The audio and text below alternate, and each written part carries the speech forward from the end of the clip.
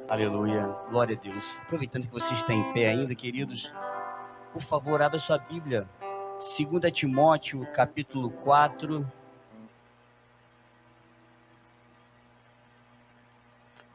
Timóteo, capítulo 4. Vamos falar um pouquinho aí da vida do apóstolo Paulo. Coisas que aconteceram com ele que servem de exemplo para nós. 2 Timóteo 4, versículos 6 em diante. Você que está acompanhando a gente pelas redes sociais, Deus continue abençoando a sua vida. Todo domingo aí, todos os cultos de terça e quinta, nós estamos colocando as mensagens aí. Nosso noticiarista André está aí filmando e levando as imagens para você, tá bom? Deus abençoe a sua vida. E eu aproveito para dizer, se não posso cair no esquecimento, mudanças aí, não é isso? Com relação à consagração. Consagração deixou de ser na terça-feira, passou a ser na quarta-feira. Por favor, o presbítero Daniel ficou preocupado de algumas pessoas virem na terça, porque não foi avisado na outra terça. Nos ajude a divulgar para as pessoas que vêm na consagração, que não será na terça-feira, será na quarta-feira a nossa consagração agora, de 8 às 9h30, podendo estender até às 10 horas, mas 8 horas, tá bom? E os nossos cultos, que eram 19 horas, passam a ser 19h30, terça e quinta, 19h30. Por favor, não é porque começa às 19h30 que você vai chegar às 8 horas. Quando é 19 horas, a gente chegava um pouquinho depois. Vamos chegar às 19h30, 19h20, para a gente começar os cultos aí no tempo certinho, tudo bem? 2 Timóteo 4, 6 em diante, diz assim: porque eu já estou sendo oferecido por aspersão de sacrifício, e o tempo da minha partida está próximo. Combati o bom combate, acabei a carreira e guardei a fé. Desde agora, a coroa da justiça me está guardada, a qual o Senhor, justo juiz, me dará naquele dia, e não somente a mim, mas também a todos os que amarem a sua vinda. Repita comigo, por favor: mas também a todos os que amarem a sua vinda. Louvado seja Deus. Podeis assentar, queridos. Glória ao nome do Senhor. Aleluia. Queridos, é importante a gente pensar, geralmente, no contexto em que as coisas são escritas. Quando a gente começa a ver esses escritos do apóstolo Paulo, o apóstolo, porque geralmente quando Paulo ele escreve, ele faz questão de primeiro colocar um nome dele, para dizer: eu sou Paulo. O apostolado, tudo isso vem depois. Querido, o apóstolo Paulo, ele está vivendo um momento aqui que, às vezes, a gente escuta algumas histórias, então a gente começa a pensar: que momento que esse homem está vivendo? Porque esse homem escreveu 13 cartas, as 13 cartas paulinas, não é isso como são conhecidas? Ainda há alguns estudiosos que dizem que ele escreveu aos hebreus. Então veja a importância que esse homem tem no cenário do Novo Testamento. Um homem que ele é considerado como o 12º discípulo, o 12º apóstolo, que substituiu, na verdade, Judas. Porque Matias, ele foi escolhido pelos homens. Todos os 12, Jesus foi lá e chamou. Vem Mateus, vem João, vem Tomé, vem Bartolomeu. E foi chamando todos os 12 discípulos. E agora Judas sai do cenário e eles procuram um para substituir, lançam sorte e cai sobre 2 e acaba se escolhendo Matias. Mas depois o apóstolo Paulo tem um encontro com o Senhor e o Senhor o escolhe também. Interessante a gente pensar no apóstolo Paulo, que tem esse ministério tão extraordinário que até Pedro disse: olha, ele fala muitas coisas que realmente a gente não compreende, mas a ele foi dado um conhecer muito mais profundo do que o nosso. Um homem que falava vários idiomas, um homem que dominava o hebraico, porque ele aprendeu ali com Gamaliel. E quem era Gamaliel? Não era um homem simples, ele era um fariseu. Ele era um homem estudioso da lei. E o apóstolo Paulo sentou para aprender com Gamaliel, que era um fariseu, era um homem que era um profundo conhecedor da lei judaica. E depois esse homem, Saulo, também chamado Saulo, porque as pessoas às vezes pregam dizendo que Saulo foi transformado em Paulo. Na verdade não, na verdade Saulo é porque ele é de origem de Tarso, e a cidade de Tarso, ela era província, naquela época de província de Roma. Roma subjugava, dominava aquela região. Então o apóstolo Paulo era um cidadão romano. Por isso que quando prendem ele, ele fala, peraí, muita calma nessa hora, eu sou judeu, mas eu também sou cidadão romano. Então, como um morador de Tarso, o nome dele era Saulo. Mas como ele vivia na Grécia também, então o nome dele era Paulo. Mas era a mesma pessoa, já tinha os dois nomes, como se você chama João aqui no Brasil, mas se você for para os Estados Unidos, alguém não vai te transformar em John. Você simplesmente é o João aqui e o John lá. Você era o Paul lá, mas veio para cá, virou Paulo. Não é isso? É assim que é a história de Saulo. E Saulo, ou Paulo, ele tem esse ministério extraordinário. E quando ele escreve isso aqui, é uma dos seus últimos escritos. Quando Saulo está escrevendo isso aqui, quando Paulo está escrevendo, ele está na prisão, querido. Ele está sentindo que o momento dele é chegado. Certamente os seus cabelos brancos, não é isso? Ou então já foram embora os seus cabelos, certamente já com semblante muito cansado, já com uma idade avançada. E Paulo, então, com amor, discípulo.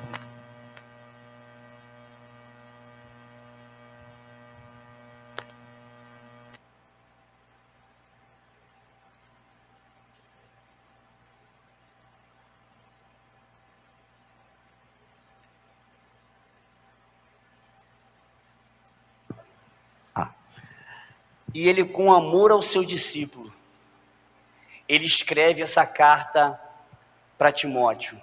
É interessante a gente pensar no sentimento de Paulo.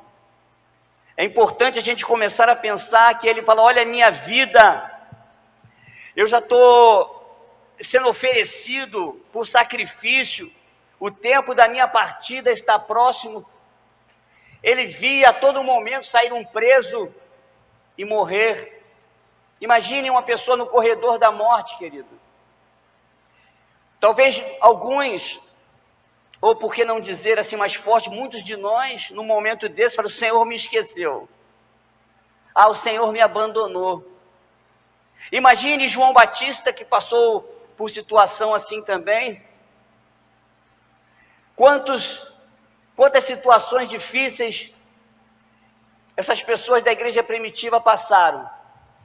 O apóstolo Paulo está aqui firme na sua fé, ainda se preocupando com o outro.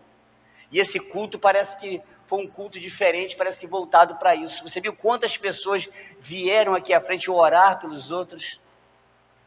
Nós tivemos num culto de domingo, geralmente 5 intercessões aproximadamente aqui. Porque parece que a gente está vivendo isso, de interceder pelo outro, querido. É importante a gente ter esse coração que o apóstolo Paulo está tendo. Timóteo, olha, persevera, porque mais tarde, lá para frente, ele vai continuar ensinando, admoestando, exortando, edificando a vida de Timóteo, para que ele não desistir da jornada, sabe? Quando você tem um grande empreendimento, quando você tem algo importante fazendo, e você fala assim, não, dá sequência, não deixa isso parado, continua fazendo, olha, me sucede, mas dá sequência a isso, Timóteo. O apóstolo Paulo lá, mas visando lá na frente, eu estou preparando esse moço para a igreja não ficar desamparada e ter um líder. Mas querido, esse líder, ele tem 20 anos. O Timóteo aqui é novinho, ele é 18 anos.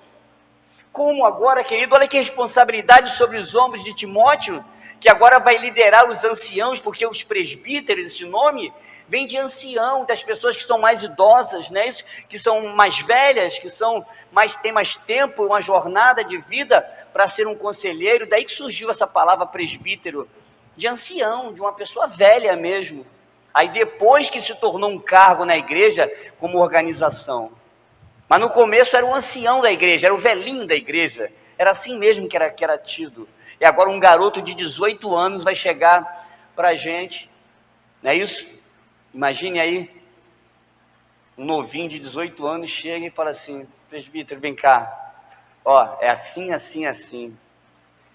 Porque vinha com as orientações de Paulo. Querido, veja que responsabilidade. E eu quero falar sobre os encontros. Que os encontros, eles transformam. Eu estou preparando você para você entender que o encontro, ele transforma a vida de uma pessoa. Eu quero te levar a pensar sobre os encontros que você já teve na sua vida. E os encontros que nós precisamos ter na nossa vida. Esse é o objetivo da mensagem do Senhor ao nosso coração nessa noite. Entenda isso. Eu estou preparando tudo que aconteceu com o apóstolo Paulo para você entender que na vida de Paulo ele teve vários encontros. Um primeiro encontro que Paulo teve foi com o mundo. E o mundo trouxe sequela. Você pode ver que depois ele vai falar, tem um espinho na carne. O apóstolo Paulo tinha dificuldades na sua vida física, ele devia ter problemas, nas suas emoções, porque é um homem que imagine, você quando se dedica a alguma coisa, não precisa ser só a religião não, só a igreja não, a Deus. Quando tudo que você pega para fazer, se é um curso, e você corre para o curso, e você estuda dali, gasta horas, você abre mão de algumas coisas, e que isso às vezes pode fazer a gente sofrer, porque tudo onde há um excesso, você deixa alguma coisa em falta. Por isso que a Bíblia nos deu um espírito de poder, de amor e de moderação. A gente precisa aprender a controlar essas coisas, mas claro que se dedicar às coisas que nós fomos chamados. O apóstolo Paulo tem um encontro com o mundo e vocês, assim como nós, ele traz traumas também. Quem sabe de um relacionamento amoroso? Quem sabe traumas de uma família que talvez não conseguiu criar ele tão bem, muito embora ele estivesse ali aprendendo a palavra, mas talvez lhe faltou algum afeto de pai e mãe. Quem sabe a sociedade talvez não foi tão dura com ele, com uma lei, explicando a lei de uma forma tão dura, e criou nele um homem duro, um homem firme nas palavras, mas muito duro, porque tanta lei, olho por olho, dente por dente, se fizer tem que morrer, se fizer aquilo ali, a justiça tem que chegar e tem que matar e tem que morrer mesmo. O encontro com o mundo, ele traz essas coisas para a gente, ele machuca a nossa alma, ele vai nos transformando, vai nos formando, vai nos modelando, vai nos tornando pessoas, muitas vezes, que as pessoas se sentem, às vezes, ofendidas com as nossas palavras, mas às vezes nós estamos expressando a nossa dor, que a Bíblia fala que a boca fala que o coração está cheio. E se você, durante muito tempo, teve um encontro com o mundo, e o mundo te marcou, o mundo te machucou, o mundo trouxe dores para a sua alma que estão guardadas, muitas vezes quando a gente vai falar, as nossas dores estão presentes. Porque o encontro com o mundo faz isso com a gente, Jesus disse, olha, no mundo tereis aflições. E quantas tristezas não vêm sobre a gente? Quantas angústias? Quantas decepções a gente não vai sofrendo, não é isso? Porque o mundo, ele quer o quê? Buscar fama, ele quer buscar o dinheiro, ele quer buscar o prazer. E não tem problema nenhum em buscar essas coisas, mas só que muitas vezes, para se chegar a essas coisas, a gente sofre, a gente atropela algumas coisas, a gente quebra algumas regras, às vezes para conseguir tudo isso, e as pessoas também para conseguirem, fazem a gente às vezes de degrau para chegar até algum lugar. Então, queridos, são dores que a gente encontra. E aí o apóstolo Paulo vai seguindo a sua sequência, depois de um menino já, porque o judeu começava a aprender a Bíblia muito jovem, queridos. Eu olho hoje e fico procurando, cadê os pregadores? A gente viu os jovens, eu lembro dos meus primos que eu sempre trago aqui para pregar, e o pastor Sérgio fazia parte daquele grupo ali, o pastor Sérgio Siqueira, jovenzinhos, eles já pregavam. E a gente olha hoje, parece que já não tem tanto pregadores como tinham antes. Os garotos jovens se dedicando, né, à palavra, gravando versículo, e quando tinha oportunidade já. A gente precisa fazer essas coisas.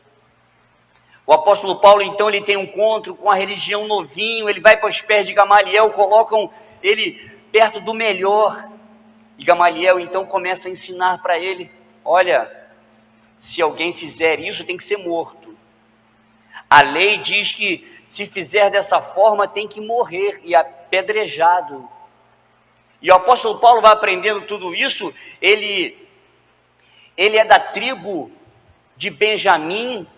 Para você lembrar da história do apóstolo Paulo, Benjamim é aquele filho novinho, é o irmão do José, é o filho do Jacó, aquele novinho, que é o filho da Raquel, que foi a que Jacó se apaixonou e que Labão deu uma volta em Jacó e fez ele casar com a filha errada, que era mais velha, e é isso? E deu Lia no lugar de Raquel. E aí vieram as 12 tribos dessa história aí, das 4 esposas dele, porque a Lia recebeu a serva Zilpa, aí casaram-se as 2 com ele. Depois teve a Raquel e teve a Bila, e daí vai sair os 13 filhos, porque são 12 filhos e uma filha, né, a Diná. Então veja que e dessa mesma tribo de Benjamim sai o rei Saul, que por isso talvez Saulo, em homenagem ao Saul, que foi o rei de Israel, tudo nessa origem.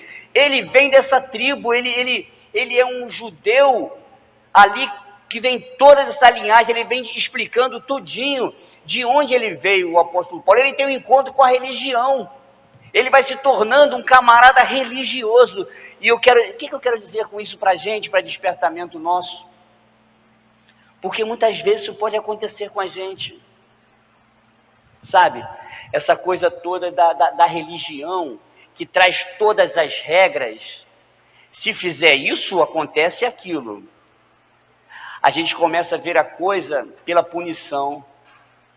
A gente começa a ver a coisa do céu e o inferno. Durante muito tempo, a igreja do século XX, não vou dizer século do XXI, que está diminuindo, mas a igreja do século XX, alguns anos atrás, pregava muito sobre o céu e o inferno. E depois, quando a gente abriu a nossa mente para não pregar tanto sobre isso, as pessoas começaram a criticar. Olha, já não se fala mais sobre pecado, não se fala mais sobre céu e inferno. Está errado, queridos. Durante muito tempo nós começamos a colocar o terror nas pessoas, com a religião, botando medo nas pessoas. As pessoas começaram a aceitar Jesus por medo. Entenda o sentimento, querido. Se eu digo para você toda hora, se você não aceitar Jesus, você vai para o inferno. Se você não fizer isso, você vai para o inferno. Parece que eu estou tentando colocar um medo em você, então você aceita. É o que Jesus falou em João 5,39, que a gente entende muitas vezes que precisa ler a Bíblia. Não é isso que Jesus está falando. Examinai as Escrituras, porque vós cuidais nela ter a vida eterna, e são elas que de mim testificam. Ou seja, vocês estão lendo a Bíblia porque vocês querem viver para sempre, porque vocês querem uma vida eterna. Vocês não estão lendo porque vocês me amam e porque vocês amam a palavra. Jesus está chamando a atenção dos fariseus, e a gente entende que ele está mandando ler a Escritura. Jesus não está mandando ler a Escritura nesse versículo, ele está corrigindo os fariseus e saduceus. O sentimento que verdadeiramente precisa estar em nós, querido, ao conhecer o Evangelho, quando Jesus apresenta esse Evangelho lindo para nós, ele não apresenta como a religião apresenta, como a religião durante muito tempo apresenta só as regras, não. Jesus está mostrando que é o amor. Ele sempre, quando pregava, ele falava do amor. Vinde a mim, todos vós que estáis cansados e sobrecarregados, eu vos aliviarei. Jesus sempre começou a se preocupar com a alma do homem. Claro que ele mostrava as leis, ele não veio para acabar com a lei, mas ele veio trazer a graça, o favor imerecido. E durante muito tempo nós ensinamos que parece que é o que a gente faz, parece que é porque você ora, parece que é porque você faz jejum, parece que é porque você toca instrumento, parece que é porque você prega, porque você ensina que você vai ser salvo, parece que é porque pelo que você fez, mas não é. É pela graça de Deus, é pela fé que nós somos salvos, e a fé não vem de nós, a fé vem dele, diz a Bíblia. Então, quando a gente olha que a salvação é pela fé, a salvação é pela graça, eu entendo, eu não estou fazendo nada para eu ser salvo, a salvação é Ele está fazendo tudo por mim. É claro que esse amor todo que Ele faz por nós, nos leva a nos santificar, nos leva a nos separar, nos leva a viver uma vida de comunhão com Ele, mas por gratidão. A religião, ela tem essa coisa de apertar a gente, de mostrar só as regras. Como a mulher samaritana chega ali, cheio de regras, cheio de religiosidade. Onde é que eu devo adorar? É no Monte Gerizim, é no Monte Jerusalém. Os samaritanos adoram aqui, os judeus adoram ali. Onde é que eu devo adorar? E Jesus falou assim, não é religião, não é denominação, não é Wesleyana, Assembleia Batista, Congregacional, não é isso. O verdadeiro culto acontece aqui dentro. Por isso que ele fala, muitos me louvam com seus lábios, mas o seu coração está longe de mim. A verdadeira adoração é aqui. Queridos, todos nós precisamos estar muito apercebidos disso, porque quantos em nossas igrejas, queridos, já teve um encontro com a religião, já teve um encontro com o seu nome consta no hall de membros, o seu nome consta talvez em departamentos da igreja, e tiveram um encontro com a religião, mas precisam ter a vida transformadas por Cristo. O apóstolo Paulo é um camarada desse, ele está cheio de regras, o Sinédrio está aprovando o que ele está fazendo, e a igreja do momento, olha, pode ir, vai perseguir, ele está com as cartas na mão, autorizado pela religião, para quê? Para matar, autorizado para apontar e dizer quem é certo e quem é errado, e condenar. É a religião do momento que está fazendo isso, querido. Durante muito tempo, na Guerra dos 30 anos, católicos e protestantes se mataram para provar que um ou outro estava certo na Guerra dos 30 anos. E sabe quem estava certo? Nenhum dos dois. Nem o protestante e nem o católico estava certo. Porque não é matando, não é apontando, não é condenando que a gente vai mostrar a razão, mas é perdoando. É isso que Jesus ensinou. Então, quando a gente tem um encontro com a religião, a gente começa a ficar, toda vez que a gente encontrar e alguém que é religioso, ele costuma ser cheio de regras, não perdoa os sentimentos. Lembra quando Jesus falou assim, olha, vocês podem dar o dízimo, vocês fazem isso, mas não esqueça dos sentimentos, não esqueça dos órfãos, não esqueça da viúva, não esqueça da compaixão, do amor. Aí em 1 Coríntios 13, o próprio Paulo vai falar, ainda que eu pegasse o meu corpo e eu queimasse, eu fizesse todas essas coisas, se eu não tivesse o amor, nada adiantaria. Não adianta ter a lei, ter a religiosidade, ter todas as regras, se a gente não ama. Isso é só um encontro com a religião, isso é só vamos colocar assim, um desfile social, que o vizinho vê a gente vindo para a igreja e fala assim, olha, ele está indo para a igreja. Mas a gente nem fala com o vizinho quando passa pelo vizinho. A gente pega a nossa bicicleta e ainda passa rápido de carro, ainda joga uma água lá em quem está perto. Por quê? Porque a religiosidade entrou na gente. A gente está cheio de não, eu estou certo e o outro, que se dane. Não estou nem aí para o outro. É a religiosidade que entrou no nosso coração. O encontro com a religião, ele faz isso, querido. Não é isso? A história, quando a mulher adúltera chega ali, os fariseus estão presentes, os saduceus estão presentes. Os fariseus, para relembrar, para trazer a sua memória, os fariseus, eles eram o povão, sabe? A maior parte do povo, eles tomavam conta das sinagogas, os fariseus. Os saduceus era a aristocracia, era a elite, eles tomavam conta do templo, era diferente. Os saduceus não acreditavam na ressurreição, não acreditavam em anjos e não acreditavam no espírito. Já os fariseus acreditavam nessas coisas. Então eles tinham um choque muito grande de religiosidade. Era esse contexto que Jesus estava vivendo ali, muita religiosidade. Não, porque é assim. Não, outro, porque é desse jeito. Não, porque é assim. Vários debates, querido. Mas quando você vai ver Jesus falar deles, ele fala, não façam como eles, porque eles não cumprem um tio daquilo que eles estão pregando. Eles colocam um peso sobre os outros, mas não querem viver aquilo que eles estão pregando. E eles falavam assim, hipócritas! Jesus falava, porque dizia assim, eles mostram uma coisa, mas são outra. Por quê que eles mostraram? Por que Jesus estava falando disso? Certamente que a conduta deles era um certinho. Se for colocar nos tempos atuais, gravata, né, externo, não é isso? Se for colocar assim, máscara, estava com os padrões todos certinho, mas não estavam amando, não estavam perdoando, não estavam ajudando, não estavam se compadecendo do outro, porque eles só tiveram um encontro com a religião, queridos. Nós precisamos ter um encontro com Cristo de verdade. Porque é Cristo que transforma, é a palavra que transforma.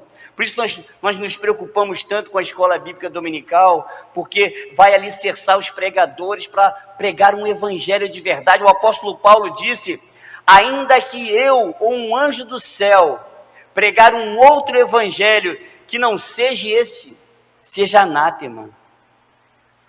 Querido, eu lhe pergunto quantas mensagens você não tem escutado na internet de pessoas falando mil coisas? Um evangelho duro, das pessoas entenderem que não parece com o amor de Cristo, quando você vê as pessoas falando com tanta dureza. Uma religiosidade que a gente começa a pensar nos nossos tempos, quantas coisas nós vivemos com a religiosidade, quantas coisas foram impedidas dos nossos pais de fazerem, coisas simples, que não havia problema algum, como chutar uma bola, não é isso? Como andar de bicicleta, as mulheres, como tantas coisas simples que os nossos aprendemos, porque o americano aprendeu com o inglês aprendeu com o povo lá da Europa e vieram trazendo suas culturas para nós, um país tropical, um país de costume, e está aí o costume até hoje, ó. Mas não sou eu que faço as regras, né? Eu obedeço. E a gente vai aprendendo um monte de coisa. Isso é a religiosidade que entra no nosso meio. E a gente fica muito formal e a gente leva esse formalismo todo para casa, querido. Leva muitas vezes para o nosso trabalho. Chega no nosso trabalho, a gente é sério, porque a gente associa seriedade com santidade. Eu posso muito bem ter um sorriso no rosto, ter alegria no rosto e ser uma pessoa séria no meu comportamento. E eu posso muito bem, às vezes, ser muito sério, mas ser uma pessoa depravada lá no interior. A aparência, a Bíblia fala assim, para a gente se mostrar um sorriso, não é isso? Que um coração alegre aformoseia o rosto. Então a gente precisa, como cristão, é o nosso cartão de visita, não é isso? A gente começa a ver quando a gente encontra com alguém e alguém esboça uma alegria, esboça um sorriso para a gente já se sente mais feliz. E a gente também é feliz quando a gente... Dizem que são vários músculos que tem no rosto e que quando você sorri... A Márcia estava fazendo até uma experiência, negócio de uma rolha, né? Que faz assim, estavam ensinando aí. Porque é importante você sorrir, mas a religiosidade, ela tira isso da gente. Porque são muitas regras, querido. E você passou a ser cristão. Nós passamos a ser cristão para ter um encontro com Deus. E o apóstolo Paulo, ele vai ter esse encontro com Deus. Porque ele estava vivendo tudo isso aí. Mas um dia, em Atos capítulo 9, ele está indo nessa missão. E de repente ele vê um clarão muito grande. E aquela voz pergunta para ele, por que você está me perseguindo? Quem te persegue? E Paulo começa a entender que quem está falando com ele era o Senhor.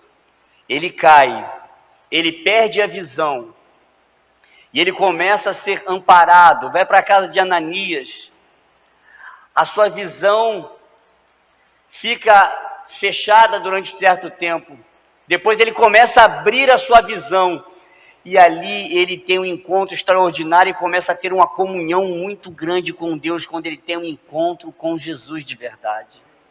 A gente para pensar, mas ele não já conhecia toda a lei? Ele não sabia citar Gênesis, Êxodo, Levítico, Número, Deuteronômio, tudo isso? Ele não conhecia os profetas, ele não aprendeu com Gamaliel? Mas ele precisava ter um encontro com Cristo. E a partir de agora o apóstolo Paulo então muda sua maneira de falar. A partir de agora ele fala em Gálatas: não mais vivo eu, mas Cristo vive em mim. Porque tudo que eu aprendi é importante, vai servir como base para eu conquistar mais. Mas eu entendi que o morrer para mim é Cristo, né? É lucro. A gente entende que o apóstolo Paulo agora tem uma intimidade, está num nível tão grande, que ele já não está se importando em morrer, querido. Ele está lembrando de tudo que os homens sofreram, que os apóstolos sofreram,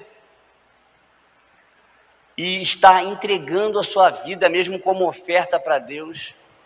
A igreja primitiva, ela viveu esses sentimentos, e eu começo a trazer à sua memória hoje que a gente tem um encontro com Cristo, a gente aprende a lei, a gente aprende o Novo Testamento na escola bíblica, ou uns vão para o seminário, nas pregações a gente aprende, no dia a dia conversando a gente aprende tudo isso sobre o amor de Jesus, o quanto que Ele perdoa as pessoas, e esse encontro é maravilhoso, porque quando a gente encontra e a gente vê os erros, a gente vê a dificuldade dos nossos irmãos, a gente então não entra julgando. Porque quem aponta é aquele que está cheio de lei no seu coração. Mas o que abraça, o que ajuda, o que ora, é o que está cheio da graça e o amor de Deus. Essa é a diferença do encontro com a religião e o encontro com Cristo. Quando você encontra com Cristo, você então começa a entender o apóstolo Paulo agora. Cadê aquele homem que queria matar? Cadê? Os camaradas falaram: eu não vou ficar perto desse Saulo não, desse Paulo não. Esse camarada perseguia e matava os cristãos. E ele fala assim: não, eu não vou. Mas como? Que Paulo agora está pregando o evangelho de uma forma tão linda, de uma forma tão extraordinária, porque ele entendeu a graça, o favor imerecido. A lei, parecia que a pessoa fazia, olha, eu coloquei aqui o cordeiro, então eu mereço isso. Eu mereço perdão, porque eu já sacrifiquei o cordeiro. Mas não. O favor é imerecido, é tudo dele, é tudo por ele, não é porque eu fiz. Entenda isso, querido, saia daqui hoje entendendo que tudo que Deus te dá, por mais que a gente fique de domingo a domingo aqui dentro da igreja, 24 horas, orando, tocando e cantando, e fazendo rodízio, e o culto sem parar, 24 horas, depois mais 24 horas, no final de contas ele ainda vai falar: é pela graça. Ainda que você faça tudo, foi pela morte dele na cruz. E como foi orado aqui, muitos poderiam estar aqui, mas não tem força. E o nosso papel não é fazer assim, o nosso papel é fazer assim. Nós precisamos interceder, queridos, porque o encontro com a religião, ele traz isso. Mas o encontro com Cristo, ele traz esse amor no coração.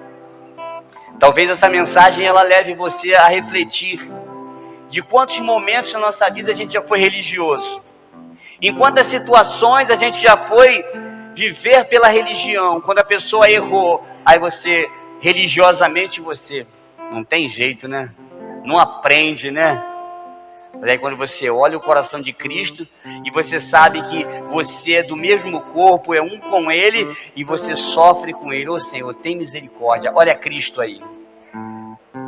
Olha o cristianismo aí, olha a graça aí, que é o favor imerecido. Quando entra a misericórdia, quando entra a graça, quando entra o amor, quando entra a paixão, quando entra o fruto do Espírito, a bondade, a mansidão, o domínio próprio, essas coisas entram. É o cristianismo entrando, é o encontro com Cristo que traz essas coisas. Ao contrário da religião que aponta e que julga.